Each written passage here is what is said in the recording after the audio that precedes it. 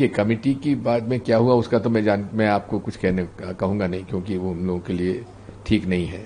हम लोगों को भी उसको पब्लिक डोमेन में लाना हमारे लिए निषेध है।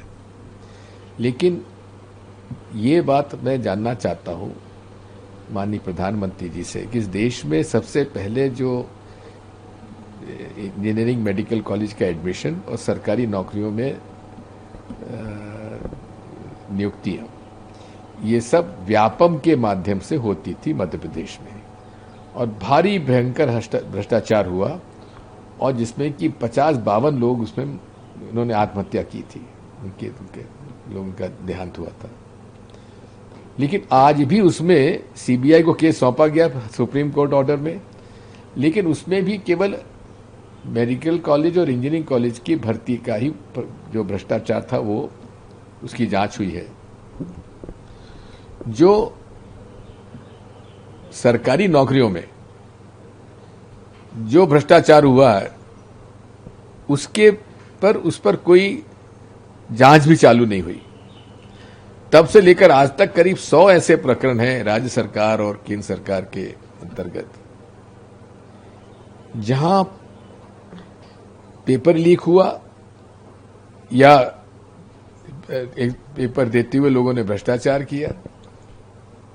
ऐसे प्रकरणों में भी अभी तक ये जानकारी हमको नहीं है कि किसने जांच की, उसमें कितने लोगों के खिलाफ एफआईआर दर्ज हुई, उसमें कितने लोगों को दोषी पाया गया, कितने लोगों को सजा हुई, और कितने ऐसे लोग हैं जिनका केस अभी चल रहा है लेकिन जमानत हो गई है, कितने लोग बरी हो गए हैं ये, और कितने लोग केस विड्रॉ कर लिया गया है, ये सारी जानकारी हमने मांगी है। अब देखिए, ये तो हमारी रिपोर्ट पर आप पढ़ लीजिए, उसके आधार पर आप निर्णय करिए। तो आप कब तक रिपोर्ट सबमिट कर देंगे? देखिए, नीट बाकी तो रिपोर्ट हमारी हो गई है, 3 रिपोर्ट और रह गई, उनकी भी हम लोग कोशिश कर रहे हैं कि वाइस प्रेसिडेंट साहब को, चेयरमैन राज्यसभा को हम लोग कर दें, क्योंकि अभी तो और बाकी रिपोर्ट जो है नीट की और सीबीएसई की, ये रिपोर्ट अभी तैयार नहीं हुई है, और इस पर हम लोग अभी सुझाव मांगे हैं, और एनटीए से भी और सीबीएसई से सुझाव मांगे गए हैं।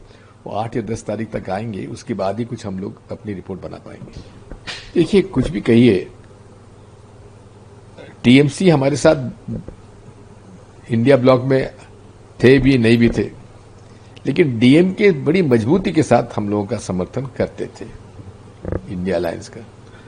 अब जो घटनाएं हुई तमिलनाडु में, उसके बारे में कुछ नहीं कहना चाहता, उसके लोगों के अलग अलग विचार हैं, मैं कुछ नहीं कहना चाहता। लेकिन हम तो चाहेंगे कि डीएमके का हमारा जो गठबंधन रहा है उसके अच्छे हम लोगों के अनुभव रहे हैं, इसलिए उनको इंडिया अलायंस का में रहना चाहिए, क्योंकि इंडिया अलायंस कोई कांग्रेस का नहीं है, ये बीजेपी और बीजेपी की विचारधारा के खिलाफ अलायंस है, वो तो उसके खिलाफ है, उसमें शामिल होना चाहिए। परिसीमन का जहां तक मुद्दा है, बिल्कुल, परिसीमन के मामले में तमिलनाडु ने तो खुलकर विरोध किया है, तो उसका तो विरोध करेंगे।